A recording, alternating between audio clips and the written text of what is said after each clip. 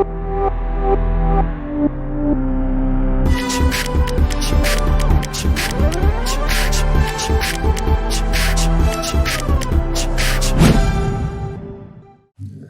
again, we are going to continue with binomial theorem.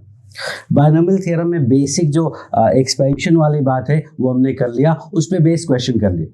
Now I am going to give you some more example, but before that some more insight into the binomial theorem. 1 plus x power 10 में x power 7 का coefficient क्या होगा? 1 plus x power 10 में x power 7 का coefficient क्या होगा? Usually what we do is we start with T R plus 1 और वहां जो एक्स का पावर आता है उसको 7 से इक्वेट कर देते हैं.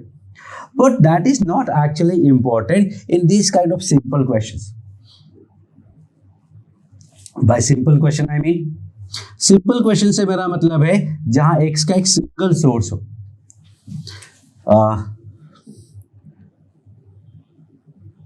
लाइक x plus 2 power 15,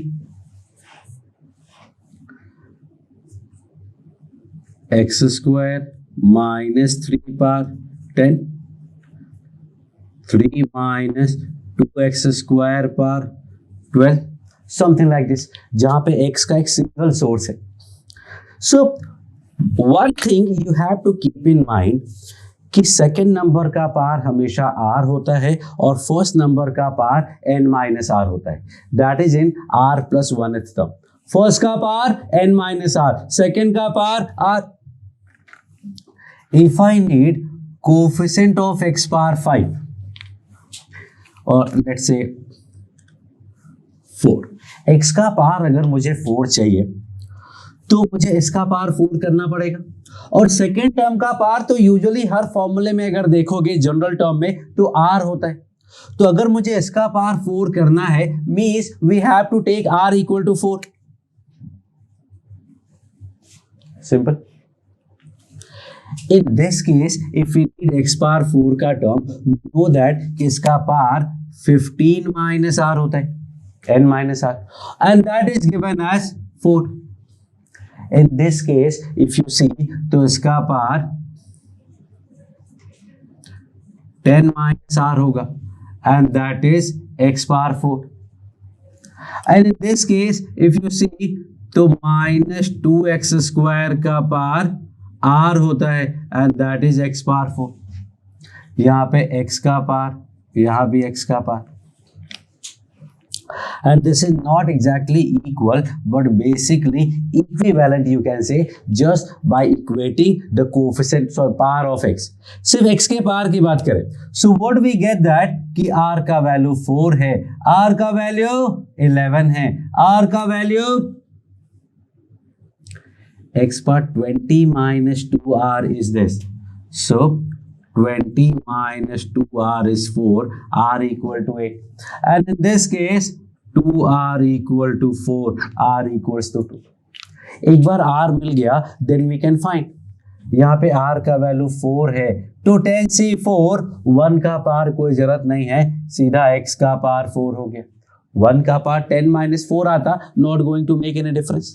यहाँ देखना r का वैल्यू 11 है तो 15c11, फर्स्ट x का पावर 15 माइनस 11 एंड 2 का पावर 11. थर्ड में देखो r का वैल्यू 8 आया है तो 10c8, फर्स्ट का पावर 10 माइनस 8, सेकेंड का पावर 8, फर्स्ट का पावर 10 माइनस 8. देखो अपने आप x पावर 4 आ गया, which is what we needed. In this case what we see r equal to 2 है. 12c2, फर्स्ट 3 का power 12 minus 2 10 and second minus 2x square का पावर 2, वापस से x पावर 4 आ गया. And that is the whole idea. You have to think, you have to understand. Not even this, only this part. If you understand, you are okay with that. Everything. Like if I say 1 plus x power 20 में x power 7 का coefficient क्या होगा? तो we know x का single source ये है, second term है और सेकेंड टर्म का पावर r होता है। हमें चाहिए we need x power 7, so r has to be 7। और जब r का वैल्यू मिल गया तो लिख लो 20 CR, 1 का पावर वॉट एवर रहने दो, सेकेंड का पावर r। इफ आई से भाई x पावर 12 का कोफिशिएंट क्या होगा, तो अब x पावर 12 की बात करते हैं। वी नो x सिर्फ यहां से आने वाला है और सिर्फ यहां से आने वाला है, तो आई कैन से कि r का वैल्यू 12 हो गया क्योंकि इसका पावर r होता है। सो आई कैन से 20 से 12, 1 का पावर वॉट एवर, x का power 12, that is the answer. If I से भाई x पावर 17 क्या होगा, अब x पावर 17 कहां से आएगा, इसका पावर 17 करके, सेकंड टर्म का पावर 17 करके, और सेकंड टर्म का पावर r होता है, मतलब r का पावर 17 हो गया, तो 20 C 17, फर्स्ट का पावर वॉट एवर, सेकेंड का पावर 1 का पावर वॉट एवर बोल रहा हूं मैं, बिकॉज 1 का power whatever you write not going to make any difference, because that we have to multiply. तो 1 से मल्टीप्लाई नहीं भी करोगे तो चलेगा। So that is one idea. अब इसको अगर ये पार्ट नहीं समझ में आया है, वापस से पूरा का पूरा देखो और फिर I am going to give you some example. अगर वो एग्जांपल सॉल्व कर लिया आपने, 2-3 क्वेश्चन भी अगर बता दिए, तो you will be comfortable in binomial theorem. Question जल्दी सॉल्व होंगे, you will be confident. So first you need to understand all this and then we will be solving this question. So pause कर लो और वापस से देख लो। I am going to start and asking questions. So question is 2 + x power 15 में x power 5 का term क्या होगा।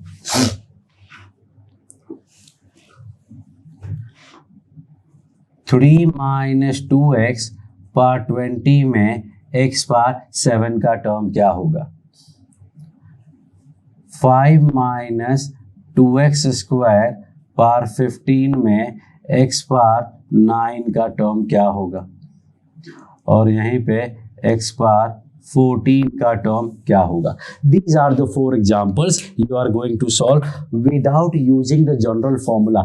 General formula से you will be able to solve all these questions, and that is correct method also. But this is a bit faster. If you understand this part, you will be very fast in binomial theorem.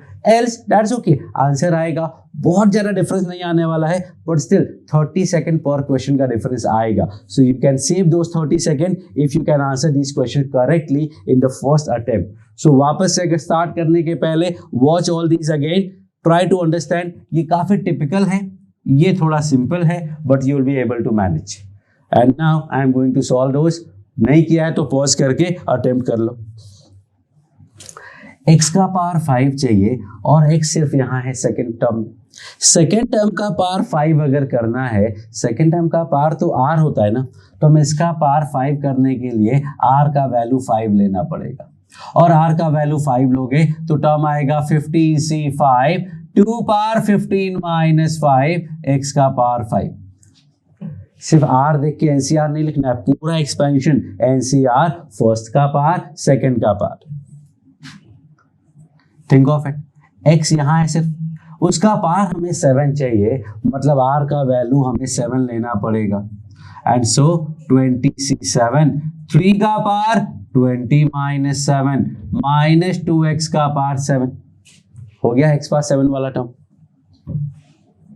This x का power 9 है, मतलब r का power 9 नहीं होगा, because ये x square है। x square का क्या पावर करने से 9 आएगा, कोई भी इंटीग्रल पावर से नहीं आएगा। And so there is no term at all, there will be no term containing x power 9। So I can say कि वो 0 है उसका कोफिशिएंट। अगर कोफिशिएंट पूछा है तो 0, टर्म तो बोलेंगे no term containing this.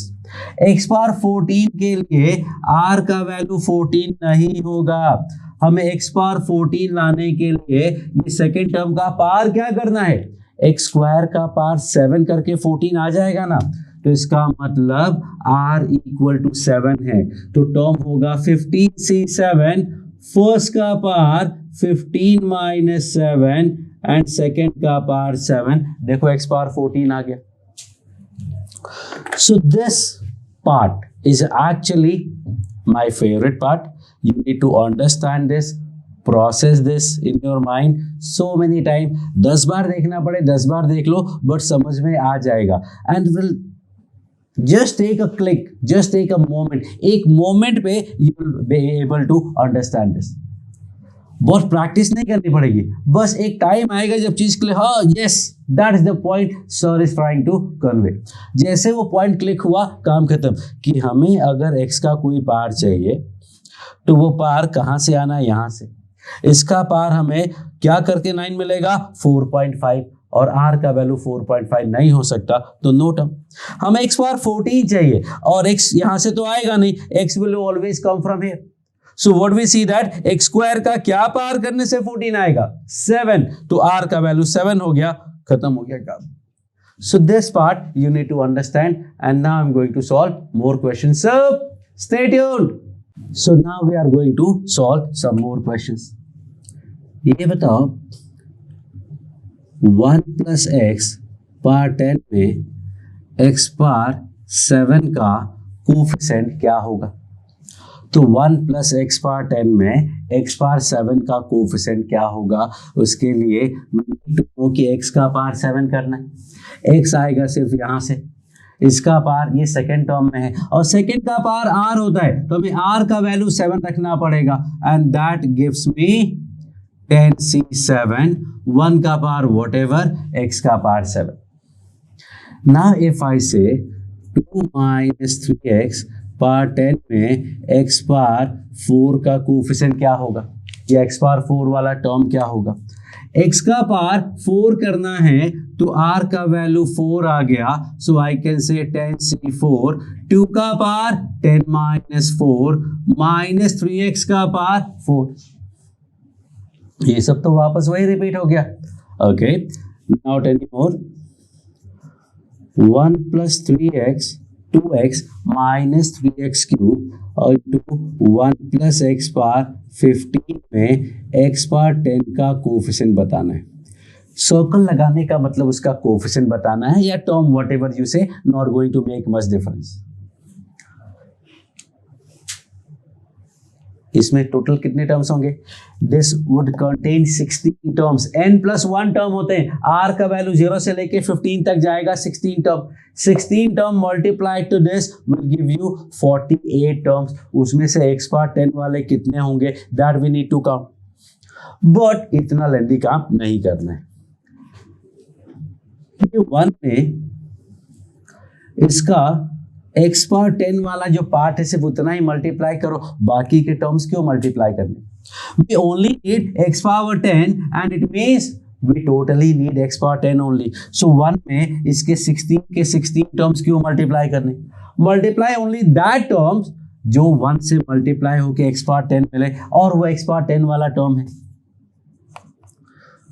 2x में कौन सा टर्म मल्टीप्लाई करना चाहिए, so that we get x power 10 and that is x power 9 वाला टर्म. जब x power 9 वाला टर्म यहाँ 2x में मल्टीप्लाई करोगे तो x power 10 वाला टर्म आ जाएगा, minus 3x cube. 3x cube में क्या मल्टीप्लाई करें, x क्यूब में जब x पावर 7 वाला टर्म मल्टीप्लाई करोगे तो आपको x पावर 10 आएगा. ये यहां से आने वाले, तो we don't have to multiply all the terms to every term, we just have to multiply precisely what we need. 1 में x पावर 10 वाला टर्म चाहिए था, x में x पावर 9 वाला टर्म चाहिए था, तो x पावर 10 बन जाता. x क्यूब में x पावर 7 वाला term, so that we get x power 10. And now ये जो मैं बार बार प्रैक्टिस करा रहा हूं उसका यूज आने वाला है. x पावर 10 का टर्म क्या होगा, x पावर 10 का टर्म होगा, x का पावर 10 करना है, सिंगल सोर्स है, r का वैल्यू 10 हो गया, तो 15 से 10, 1 का पावर रहने दो, x का पावर 10 चलेगा, सिर्फ कोफिशिएंट की बात है. I am just writing the coefficient only. x का पावर तो 10 फिक्स हो चुका है, ये x है, x पावर 9 है, that's okay. All we need is coefficient of x power 9. इसमें x पावर 9 का कोफिशिएंट होगा 15c9, क्योंकि x का पावर 9 करना है तो r का वैल्यू 9 हो गया, माइनस 3. x पावर 7 का coefficient 15c7 and that is your answer. Take your time and understand this. Let me take one more. 2 minus 3x cube plus 5x power 7 into 2 minus 3x power 10 में x power 10 वाला term चाहिए या x power 10 का coefficient चाहिए. Now understand, ये 2 में x power 10 का term multiply करना पड़ेगा, माइनस 3x क्यूब में x पावर 7 का टर्म मल्टीप्लाई करना पड़ेगा. Let's change that. पहले भी 10 था, यहाँ भी 10 है, सपोज ये 12 है, तो यहाँ हमें x पावर 12 का टर्म चाहिए होगा. x क्यूब में x पावर 9 का टर्म मल्टीप्लाई करके 12 आएगा, प्लस 5x पावर 7 में x पावर 5 का टर्म मल्टीप्लाई करने से आंसर आएगा. और ये जो टर्म्स हैं वो सब ये बाइनोमियल से आएंगे क्योंकि पहले वाले के टर्म्स आ चुके हैं. x पावर 12 का कोफिशिएंट क्या होगा, x पावर 9 का कोफिशिएंट क्या होगा, x पावर 5 का कोफिशिएंट क्या होगा. Think of it another level है क्वेश्चन का. ध्यान से देखोगे, it will take some time क्योंकि mostly you will not get the correct answer in this. You can take it as a challenge and find the correct answer and then match. If you get the correct answer, then you are definitely going to some good college. That is my promise to you. So x power 12 की बात करेंगे तो x का power 12 कैसे आएगा, जब r को 12 रखेंगे तो that will be 10c12. 10c12 तो 0 होता है, इसमें x का पावर 12 आएगा ही नहीं. There will be no term containing x power 12 क्योंकि x का पावर मैक्सिमम 10 तक जाएगा, तो x पावर 12 का कोफिशिएंट 0 हो जाएगा. Still you have chance, you have time to solve these questions. बाकी का पार्ट सॉल्व करो because still there is so much into this question, बहुत सारी चीजें. बट जब मैं ये सॉल्व कर दूंगा उसके बाद इसको सॉल्व करने के लिए टाइम नहीं मिलेगा आपको, तो पॉज कर लो अभी भी वापस. You have chance. Now I am going to solve this. x power 9, x power 9 के लिए इसका पावर 9 करना पड़ेगा, तो r का पावर 9 हो गया, तो 10c9 इंटू फर्स्ट का पावर 10 माइनस 9 इंटू सेकेंड का पावर 9. देखो I am not writing x anywhere because all I am trying to find is coefficient, क्योंकि x का पावर 12 तो हम सेट कर चुके हैं ऑलरेडी, प्लस 5. अब you don't get any chance but still you can pause and write the answer. x power 5 के साथ x पावर 5 मतलब x का पावर 5 करना पड़ेगा and that will be 10c5. 2 का पावर 10 माइनस 5 माइनस 3 का पावर ये नीचे वाला term 5 and that is your answer. So इस टाइप के टर्म एक्चुअल पूछे जाते हैं. These are actual questions that may be asked in the examination. Simple ये तो obviously नहीं पूछा जाएगा. Simple ये definitely not going to ask in the examination. But these kind of questions will be asked. So prepare this, understand this, and very strong with this assumption and with this process basically. Now I am going to give you one more example.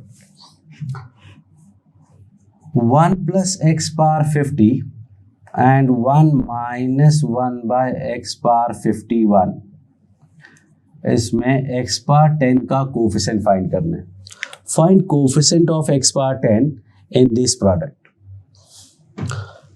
यहाँ तक तो चलो अच्छा था कि एक expandable था, 16 terms थे, दूसरे में सिर्फ 3 टर्म्स थे, और अगर 3 टर्म्स हैं तो हम 3 पार्ट में उसको स्प्लिट कर लिया और मैनेज हो गया.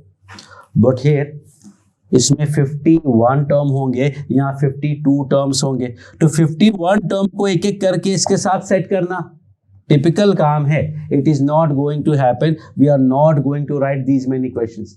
तो जब ये वाला प्रोसेस काम नहीं आता है, जब आप उसको फाइनाइट मतलब कम 3-4 पार्ट में स्प्लिट नहीं कर सकते हैं like this, then what happens, then usually they are merged somehow. Let's see how. This is x minus 1 का power 51 upon this and 1 plus x power 50. Now ध्यान से देखना, एक x माइनस वन बाहर करते हैं और एक x माइनस वन का पावर 50 और एक 1 plus x power 50 upon x power 51. x minus 1 को let me separate, and these two have same power. I am going to write them 1 minus x square by 50 upon x power 51. Now this you need to check. you may say कि sir x minus 1 x plus 1 है, x square minus 1 होगा. एक ही बात है, power 50 है ना, power 50 है तो a माइनस बी लिखो या b माइनस ए लिखो, बात अच्छी एक है. एंड द थिंग इज कि भाई x का टर्म सेकेंड पार्ट में हो तो ही अच्छा है. If both the term containing x तो not going to make any difference, हमें वो NCR r plus one term का फॉर्मूला लगाना पड़ेगा. But if some binomial containing only one variable part तो वो सेकेंड पार्ट में रखो तो अच्छा रहता है. इसमें हमें x पावर 10 का टर्म चाहिए. Now the question is numerator में x का पावर क्या होना चाहिए. Take your time and find me कि यहाँ पे जो भी x का पावर आएगा हर एक पावर x पावर 51 से डिवाइड होने वाला है. हर एक term, every term will be divided by x power 51. So what term do we need in the numerator which when divided by x power 51 results in x power 10? ऐसा कौन सा term होगा जिसको x पावर 51 से divide करने के बाद x power 10 आएगा. पॉज कर लो वीडियो को, बहुत इंपॉर्टेंट बात है, कोशिश करो समझ में आ जाएगा. And that is x power 61 का टर्म. यहाँ x पावर 61 का जो टर्म होगा वो x पावर 51 से डिवाइड होके x पावर 10 मिलेगा. ऐसा समझो कि ये मैंने यहाँ मल्टीप्लाई कर दिया, cross multiplication. But idea is this. So अब तो ये ऐसा हो गया ना, यहाँ तो चलो 3 टर्म्स है, यहाँ तो 2 ही टर्म्स है, तो this x will be multiplied by x power 61 and -1 will be multiplied by x power नहीं, x will be multiplied by x power 60 to become x power 61 and 1 will be multiplied by x power 61 to give you finally x power 61. x power 60 का ये जो coefficient है और 61 है वो यहाँ से आने वाला है. Very important again idea, very crucial, very good. So tell me x power 60 का कोफिशिएंट क्या होगा. यूजुअल आंसर इज 0 होगा सर, x पावर 50 तक ही तो जाएगा, ये x पावर 60 नहीं आएगा. That is wrong answer. Basically x power 60 यहां से आएगा. What should we do? The power of x square to get x power 60 and that is 30 only. इसका पावर 30 करने से x पावर 60 आ जाएगा, तो r का वैल्यू 30 हुआ 60 नहीं, तो r का पावर 30 हुआ तो 50 से 30 1 का पावर वट एवर -1 का पावर 30 -1 x पावर 61 क्या आएगा.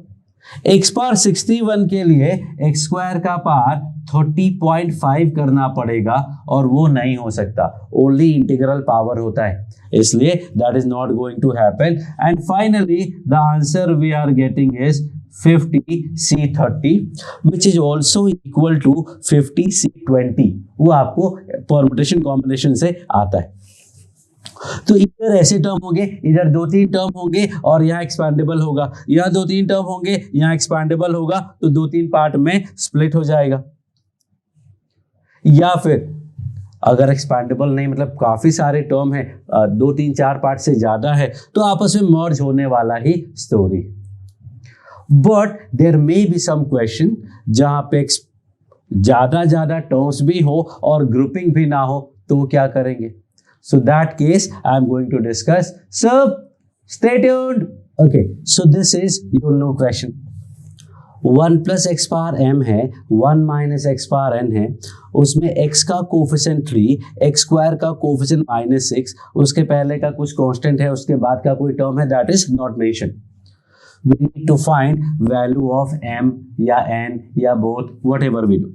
So this to parts are important for us which are known. ये A is of no use, A मैंने ऐसे लिख दिया है। क्वेश्चन में क्या लिखा था कि x का कोफिशिएंट 3 है और x स्क्वायर का कोफिशिएंट -6 है।